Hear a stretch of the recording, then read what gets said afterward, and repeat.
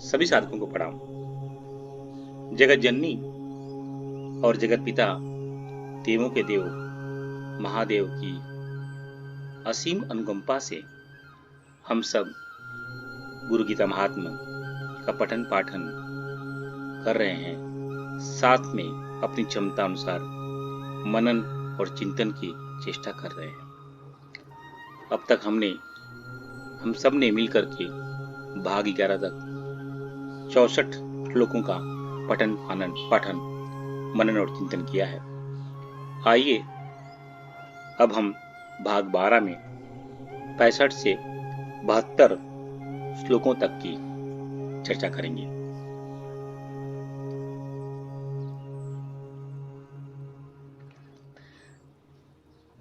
सभी साधकों को प्रणाम।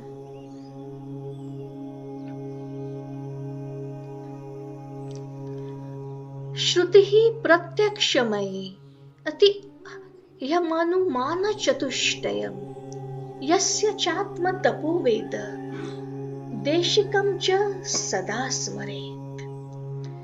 मननं यद्वरं कार्यं तत् वदामि महामते साधुत्वं च मया दृष्ट्वा त्वयि तिष्ठति साम्प्रतम्। भगवान सदाशिव माता पार्वती को कहते हैं, जिस श्री गुरुदेव का आत्म तपोबल, वेद शास्त्र, प्रत्यक्ष इतिहास और अनुमान इन चारों प्रमाणों से जाना जाता है, इस श्री गुरु का हमें स्मरण करना चाहिए। हे महामती देवी जगदम्बे, इनके मनन से श्रेष्ठ और कुछ भी नहीं है, और तुम्हारी साधुता, तुम्हारी पवित्रता को देखकर ही यह सत्य मैंने तुम्हें बताया हुआ है। अखंड मंडलाकारं व्याप्तं येन चराचरं तत्पदं दर्शितं येन तस्मै श्री गुरुवे नमः। सर्वश्रुति शिरोरत्न विराजित पदाम्बुजः वेदांता अम्बुज सूर्यो यस्तस्मै श्री गुरवे नमः। अखंड वलयाकार चेतना के रूप में जो इस संपूर्ण चर अथवा अचर जगत में व्याप्त है, ब्रह्म तत्व और आत्म तत्व के रूप में भी उनकी ही चेतना, उनकी ही श्री चरणों की कृपा से दर्शित होती है। उन श्री सद्गुरु को मेरा नमन है।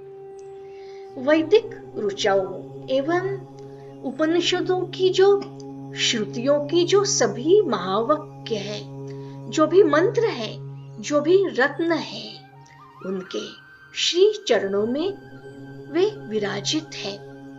उन गुरुदेव की चेतना से ही, सूर्य का प्रकाश पाकर ही वेदांत का कमल खिलता है, वेदांत ज्ञान प्राप्त कर लेता है। ऐसे सद्गुरु को नमन है, प्रणाम है।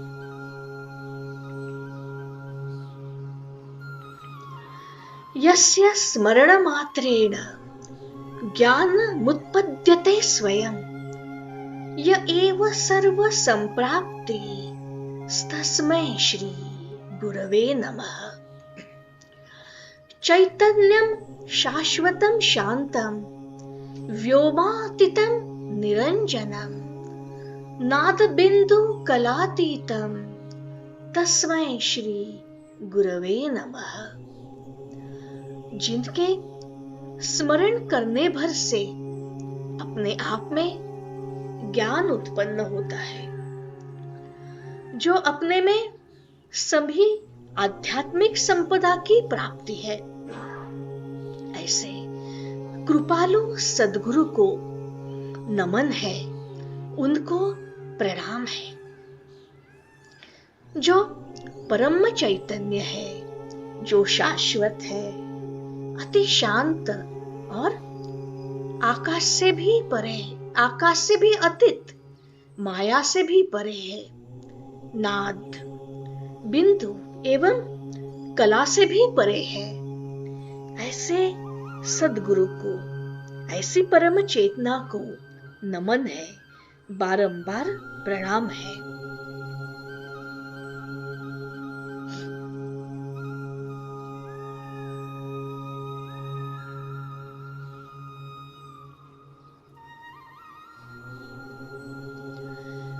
स्थावरं जंगमं चैव तथा चैव चराचरं व्याप्तं येन जगत् सर्वं तस्मै श्री गुरुवे नमः।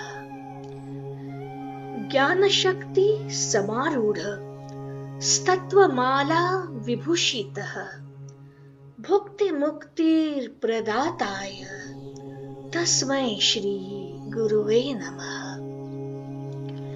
परम आराध्य गुरुदेव इस जड़ चेतन, चर तथा अचर संपूर्ण जगत में व्याप्त है, समाये हुए हैं। उन सद्गुरु को हम नमन करते हैं। ज्ञान शक्ति पर जो आरूढ़ है, सभी तत्वों की माला से विभूषित ऐसे गुरुदेव भोग एवं मोक्ष दोनों को ही फल प्रदान करने वाले ऐसे सद्गुरु है। उन कृपालु, हम पे कृपा दृष्टि रखने वाले सद्गुरु को हम नमन करते हैं, प्रणाम करते हैं।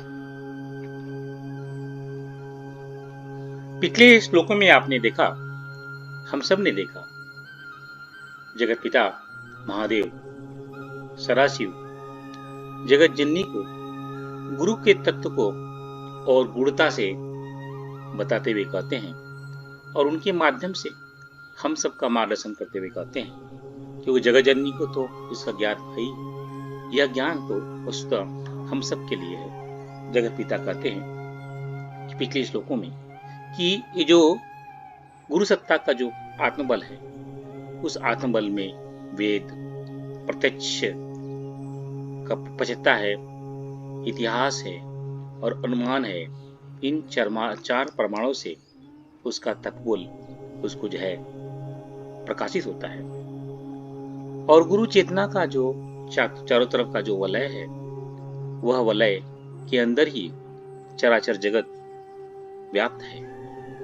वह गुरु चेतना ही तो है, जिसके कारण यह अखंड वलयकार चेतना के कारण ही यह जगत जो है चलायमान है, प्रकाशमान है। मूलतः जो परम तत्व है, आत्म तत्व है, उसकी चेतना तो गुरु की कृपा की चरणों कृपा से ही प्राप्त हो सकती है। महादेव आगे कहते हैं कि जो उपनिषदों में जो सारांश है महावाक्य के रूप में, वह मूलतः गुरु सत्ता के चरणों में ही विराजित है। और जो गुरु का प्रकाश है, वही तो वेदांत का कमल है। और यह गुरु परम चैतन्य, शाश्वत, शांत है और वह आकाश से भी अतीत है, माया से, नाद, बिंदु, कला से परे है। यह जो चराचर जगत है, वह जड़ चेतन, चर और अचर से की क्रियाओं में लगा हुआ है। ये सब क्रिया प्रक्रिया गुरु चेतना की देन है। जब शिष्य गुरु चेतना में अपने आप को स्थापित करके गुरु की ज्ञान और शक्ति पे बैठ जाता है और उसके तत्व की जो माला है उसके संरक्षण को प्राप्त करता है, तो जो है शिष्य जो है भोग और मोक्ष की प्राप्ति करता है। आइए इन थोड़ा विस्तार से इसकी चर्चा करते हैं। महादेव कहते हैं कि जो गुरु का तपोबल है, उसे वेद से और प्रत्यक्ष कारणों से और इतिहास में जो बताए हुए महत्ता है, गुरु शिष्य की परंपरा का महत्ता है, उसके माध्यम से, अनुमान के माध्यम से जो है बल जाना जा सकता है। वेद में जो है गुरु चेतना को समझने के लिए इसका दूसरा अर्थ भी होता है। अगर हमें कैसे मालूम पड़े यह गुरु ही यह गुरु है जिसे हमें शिष्य बनना है, तो गुरु दो इन श्लोकों के माध्यम से दो बातें निकल के आती हैं। एक तो जो है कि गुरु चेतना का जो तपोबल जो है वह वेदों में बताए हुए जो गुणवत्ता है उससे उत्पन्न होता है। गुरु का तपोबल ही प्रत्यक्ष प्रमाण है आत्मज्ञान, तत्व ज्ञान प्राप्त करने के लिए। इतिहास पुराणों में जो चेतना है, जो चेतना व्याप्त है, वह उसका प्रकाश जो है गुरु के तपोबल में दिखाई देता है। और जो अनुमान से हम जो सोचते हैं उन सब का जो शक्ति है, उसकी क्रिया प्रक्रिया वह गुरु के तत्व में दिखाई देता है। तो ये जो गुरु के लक्षण जो है इस श्लोकों के माध्यम से गुरु के लक्षण दिखाई देते हैं। और अगर दूसरे ढंग से इसको समझा जाए तो जो है शिष्य कैसे जानता है यह गुरु है।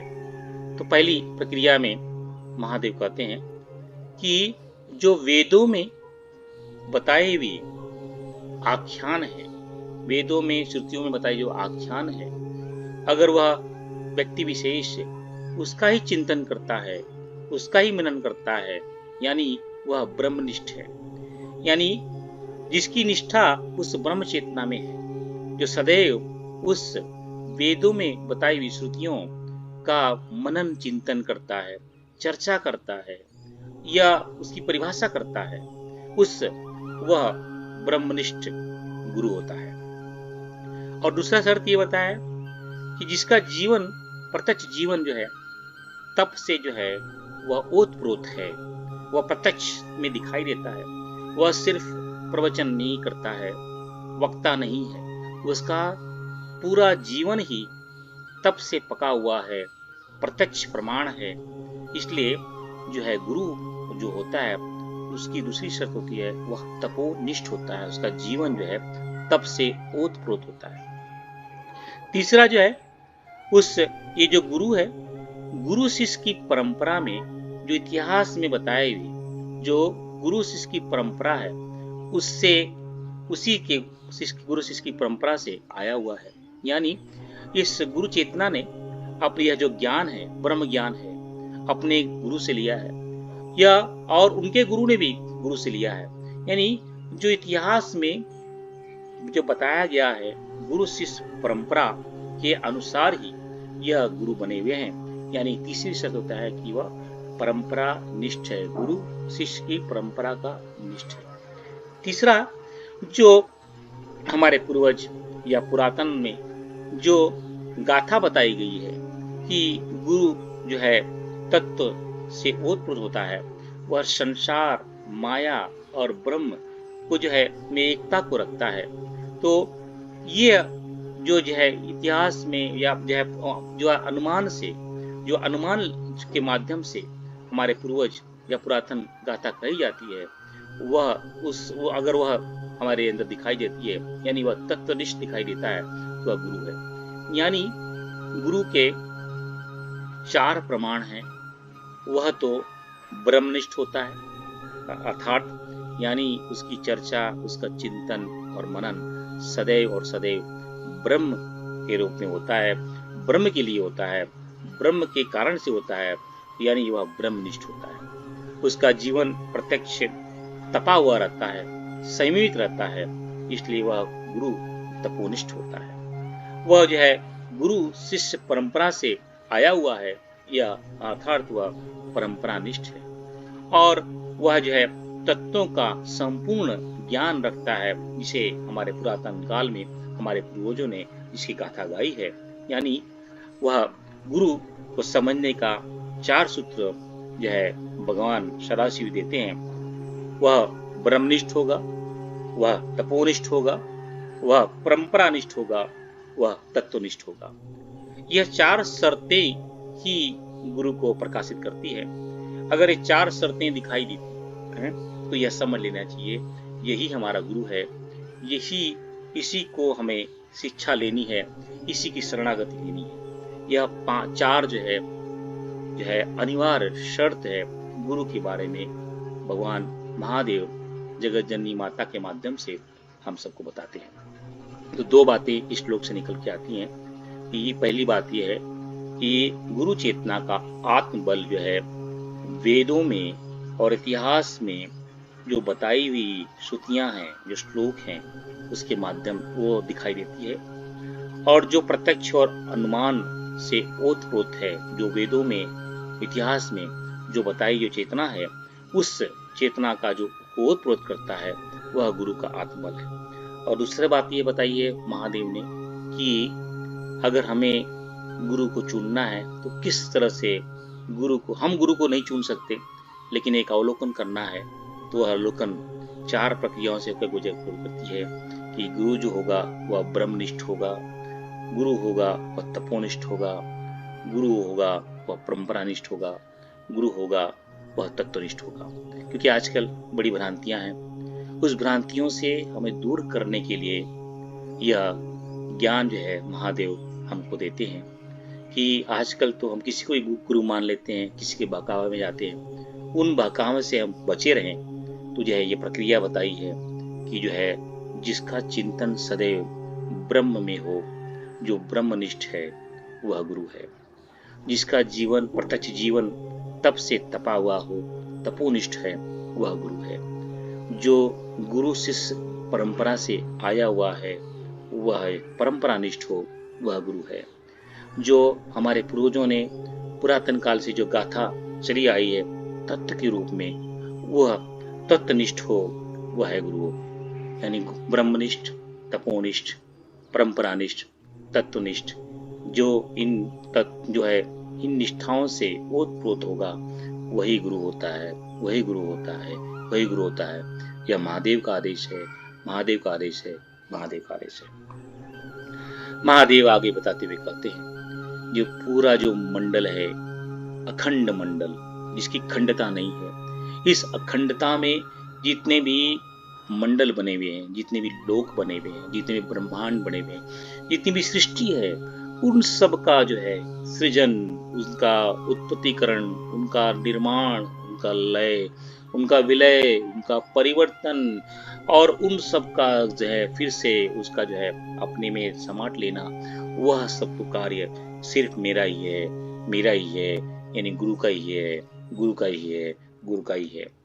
महादेव और उसको जो है आगे समझाते हुए कहते हैं कि जो चराचर जगत है, यानी वो ब्रह्मांड जगत और सृष्टि, इन ब्रह्मांड अनंत कोटि जो ब्रह्मांड है, उसके अंदर अनंत कोटि जो जगत है, उसके अंदर अनंत कोटि जो सृष्टि है, और उसके अंदर व्याप्त जो है ईश्वर जीव जगत की तिकड़ी है, ये जो है जो इसका जो खेल करती है, जो प्रपंच रचाती है, वह तो जो है गुरु चेतना से ही ओतप्रोत है, वह गुरु चेतना के ही ओतप्रोत है, वह गुरु चेतने के कारण ही वह दिखाई देती है। उसी गुरु चेतना को आत्म चेतना, ब्रह्म चेतना, शिव चेतना, गुरु चेतना या दूसरे शब्दों में ब्रह्म तत्व, आत्म तत्व, गुरु तत्व या शिव तत्व कहते हैं। और यह जो है चराचर जगत अखंड मंडलाकारं व्याप्तम येन चराचरम तत्पदम दर्शितम येन तस्मै श्री गुरवे नमः। अर्थात जो है यह चेतना जो है वह दर्शित होती है, वह दिखाई देती है। अनंत कोटि ब्रह्मांड, उसके अंदर अनंत कोटि जगत, उसके अंदर अनंत कोटि सृष्टि में जो ईश्वर जीव जगत की तिकड़ी दिखाई देती है, वह दर्शन तो गुरु चेतना में ही ओतप्रोत है, गुरु चेतना में ही ओतप्रोत है, गुरु चेतना में ही ओतप्रोत है। महादेव आगे कहते हैं वेद का जो सारांश है वह तो महावाक्य है, वो महावाक्य ही तो है जो वेदों में समाहित है। वही सारांश रूप से ब्रह्म को, आत्मा को, ब्रह्म की एकता को जो है प्रस्थापित करता है। प्रज्ञानंगरम ब्रह्म तत्त्वमसि अयम आत्मा ब्रह्म अहम ब्रह्मास्मि। मूलतः यह ज्ञान वेदों में समाया हुआ है और वेदों में 4 खंड हैं।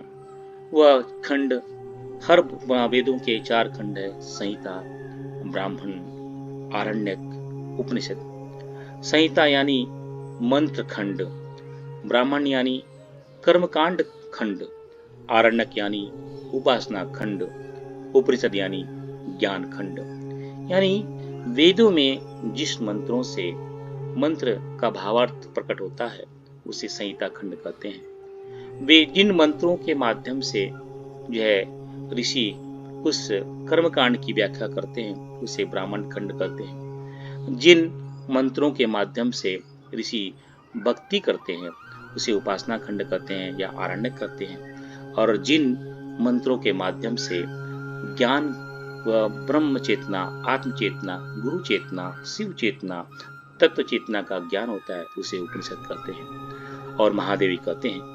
मूलतः यह उपनिषद ही वेदों का सारांश है, क्योंकि जैसे हमारे शरीर में 3 भाग होते हैं: नीचे का भाग, धड़ का भाग और सर का भाग, और हाथ पैर होते हैं। अगर देखा जाए, अगर सर प्रमुख होता है, वही ज्ञान को प्रवाह के कारण हमारे हाथ पैर, धड़ पैर चलते हैं। तो कहने वाला जो वेद उपनिषद का, जो वेदों का जो सर है, यानी जो उसकी मुकुट है, वह उपनिषद है, ज्ञान खंड है।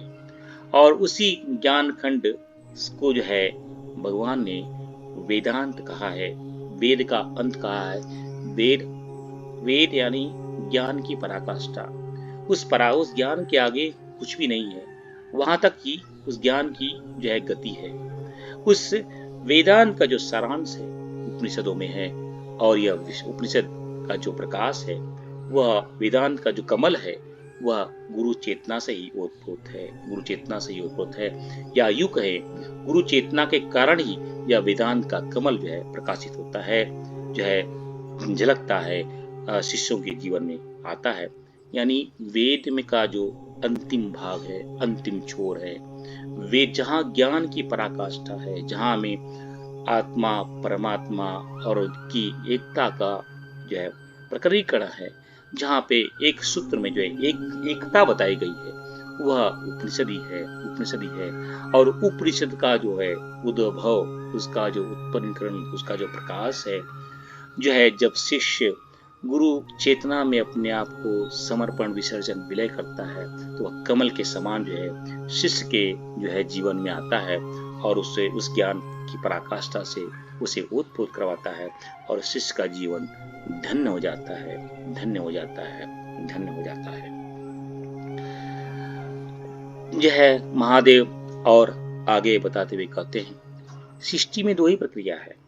एक ब्रह्म चेतना है, जो सदैव चेतनता में रहती है, जो सदैव नित्य है, शाश्वत है और शांत है। यानी जिसकी जो सत है, जो चित्त है, जो आनंद है, यानी जो एक है और उसकी सत्ता है और उसका ही आनंद चारों तरफ फैला हुआ है, जो सत चित्त आनंद स्वरूप है, वह चेतन स्वरूप शिव या ब्रह्म या ओमकार, वह गुरु ही है, वह गुरु ही है।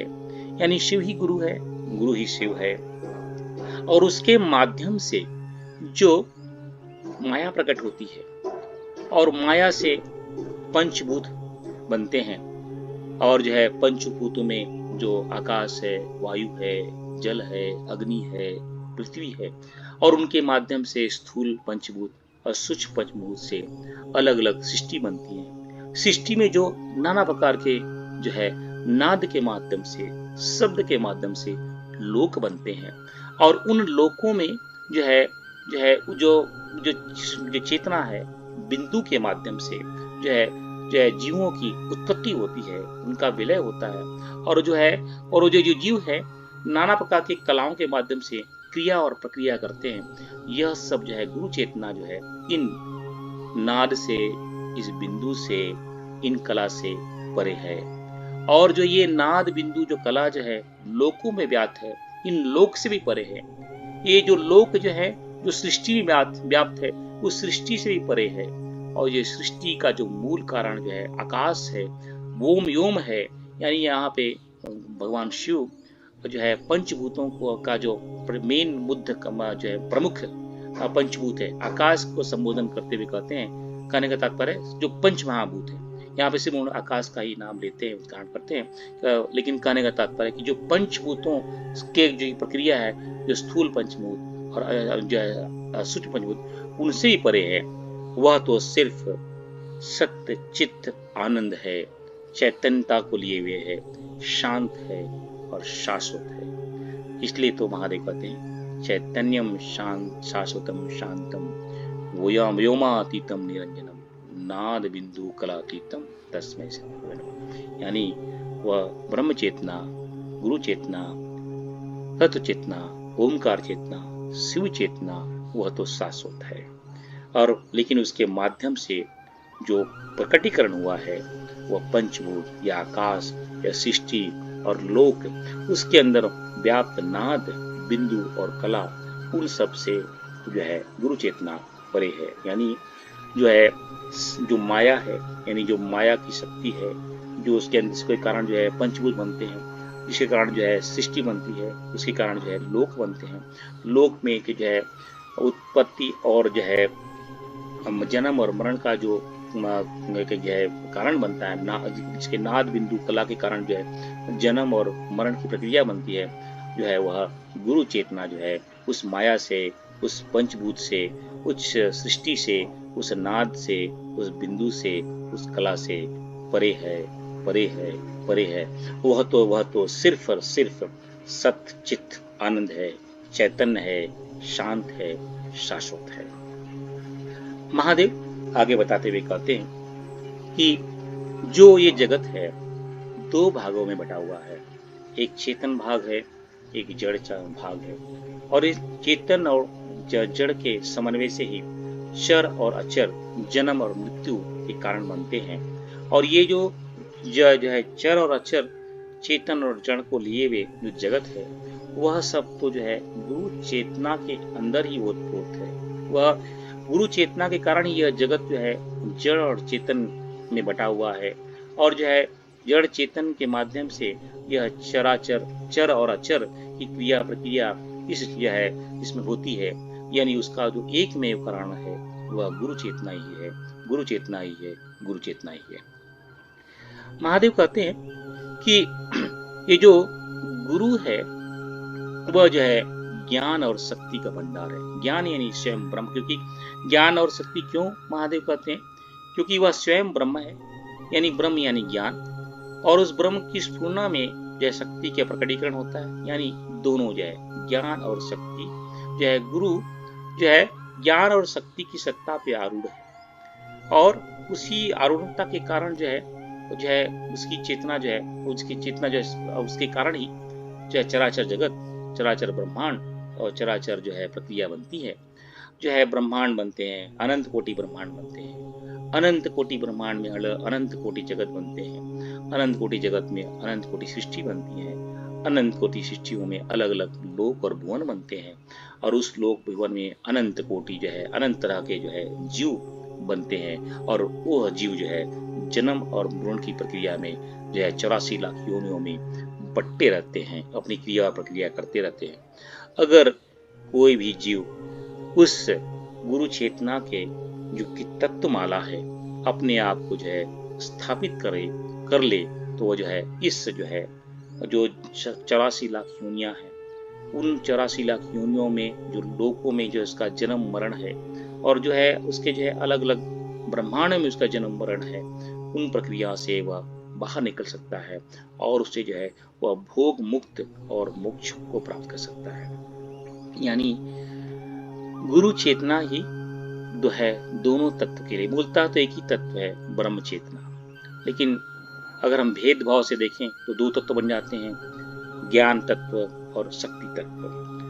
तो ये भेद के कारण दो दिखाई देती हैं, मूलतः तो एक ही तत्व है ब्रह्म तत्व और ज्ञान तत्व, लेकिन भेद के कारण जो है हम जीवों को दो भाग दिखाई देते हैं, ज्ञान और शक्ति, और इस शक्ति के कारण ही अनंत कोटि ब्रह्मांड जगत और सृष्टि, अनंत जो लोक, बहुत सारे लोग जो है, और उसके अंदर 84 लाख योनियां बनती हैं। अगर शिष्य इन क्या गुरु के इस जो तत्वमाला है, जो इस सीढ़ी है, अगर उसको समझ लेता है, अपना समर्पण विसर्जन विलय जो है गुरु चेतना में कर देता है, और ये शिष्य जो है इन क्रियाओं में क्यों अपनी भोग विलास के कारण जो है इस 84 लाख योनियों में भटकता है, अगर वो शिष्य जो है उस तत्गुरु चेतना की तत्वमाला में अपने आप को ओतप्रोत कर लेता है, तो उसको भोग की प्यास जो है मिट जाती है, समाप्त हो जाती है, और उस भोग की प्यास की मुक्ति के कारण जो है वह मोक्ष प्राप्त कर लेता है। यानी 84 लाख योनियों के जन्म मरण के चक्कर से वो अपने आप को उठा लेता है। यानी यही जो है महादेव माता जगत जननी के माध्यम से हमें बताने की चेष्टा करते हैं कि एक में शिष्य का एक में उद्धार जो है गुरु तत्व ही है, गुरु तत्व ही है, शिव तत्व है, शिव तत्व ही है। और यह जो है ज्ञान कब प्राप्त हो सकता है, जब जो है शिष्य जो है अपने आप को गुरु चेतना की ज्ञान और शक्ति में की जो तत्वमाला है उसमें अपने आप को ओतप्रोत कर देता है, तभी जो है यह उसके प्राप्त होता है। तो इस तरह से हमने देखा पिछले श्लोकों में किस तरह से भगवान जो है माता जगत जननी के माध्यम से हम सबको ज्ञान दे रहे हैं कि गुरु ही वह आत्म, उस गुरु का जो तपोबल है उसके कारण ही वेद जो है इतिहास और जो प्रत्यक्ष और अनुमान जो 4 प्रमाण बताए गए, उन चारों प्रमाण गुरु की तपोबल से ही ओतप्रोत है। और साथ में ही यह भी बताते हुए कहते हैं कि अगर हमें शिष्य को आज के समय में गुरु चुनना हो तो वह किस तरह चुने। पहली शर्त होती है कि वह जो है वह ब्रह्मनिष्ठ हो, वह तपोनिष्ठ हो, वह परंपरानिष्ठ हो, वह तत्वनिष्ठ हो। इन चारों प्रक्रिया के माध्यम से हम समझ सकते हैं यह गुरु है, और वह गुरु ही जो चराचर जगत है जो है उसको अपने अंदर समाया हुआ है, और जो आत्म चेतना है, ब्रह्म चेतना है, वह गुरु के कारण ही यह व्याप्त है। और वेदों में जो उपनिषदों में का जो सारांश है, जो महावाक्य है, वह तो गुरु के कारण ही प्रकाश चरणों में ही प्रकाशित होता है। जो है शिष्य जब गुरु के चरणों में अपने आप को समर्पण करता है, उस समर्पण की क्रिया में ही वह महावाक्य जो है उसके जीवन में आते हैं, और उस जीवन में आने से ही वह गुरु चेतना के कारण जो है सूर्य के प्रकाश के समान वेदांत का यानी जो उपनिषद का महावाक्य है उसके जीवन में कमल के समान खिलने लगता है। वह गुरु चेतना ही परम चैतन्य है, शाश्वत है, शांत है, और वह तो आकाश, माया, नाद बिंदु कला से परे है। और जो चराचर जगत है उस चराचर जगत में जो जड़ और चेतन की प्रक्रिया है, और जड़ और चेतन के माध्यम से चर और अचर जो बनते हैं पढ़ाते हैं, वह जो है सब कुछ गुरु चेतना में ही ओतप्रोत है। उसके कारण ही, गुरु चेतना के कारण ही जो है व्याप्त होती है। जब भी कोई शिष्य अपने आप को मुक्ति के मार्ग में ले जाना चाहता है, मुक्ति मार्ग में जाने के लिए एक ही प्रक्रिया है, वह ज्ञान और शक्ति में आरूढ़ जो गुरु चेतना है उस चेतना में जो उसका तत्व जो चेतना है और उसका जो तत्व का भाव है, अगर शिष्य उसमें अपने आप को लीन कर देता है तो जो है शिष्य जो है भोग से मुक्त हो जाता है और मोक्ष को प्राप्त कर लेता है। यही ज्ञान परमपिता परमेश्वर माता जगत जननी के माध्यम से हम सबको देते हैं। परमपिता परमेश्वर के चरणों में कोटि कोटि नमन वंदन। जगत जननी माता के चरणों में कोटि कोटि नमन वंदन। जगत जननी के कारण ही यह ज्ञान हम सबको महादेव के मुखार बिंदु से मिल रहा है। माता के चरणों में कोटि कोटि नमन वंदन, नमन वंदन, नमन वंदन। जगत पिता के चरणों में कोटि कोटि नमन वंदन, नमन वंदन, नमन वंदन। तस्मै श्री गुरुवे नमः। तस्मै श्री गुरुवे नमः। तस्मै श्री गुरुवे नमः। इदं गायत्रीदं नमः। इदं गायत्रीदं नमः। इदं गायत्री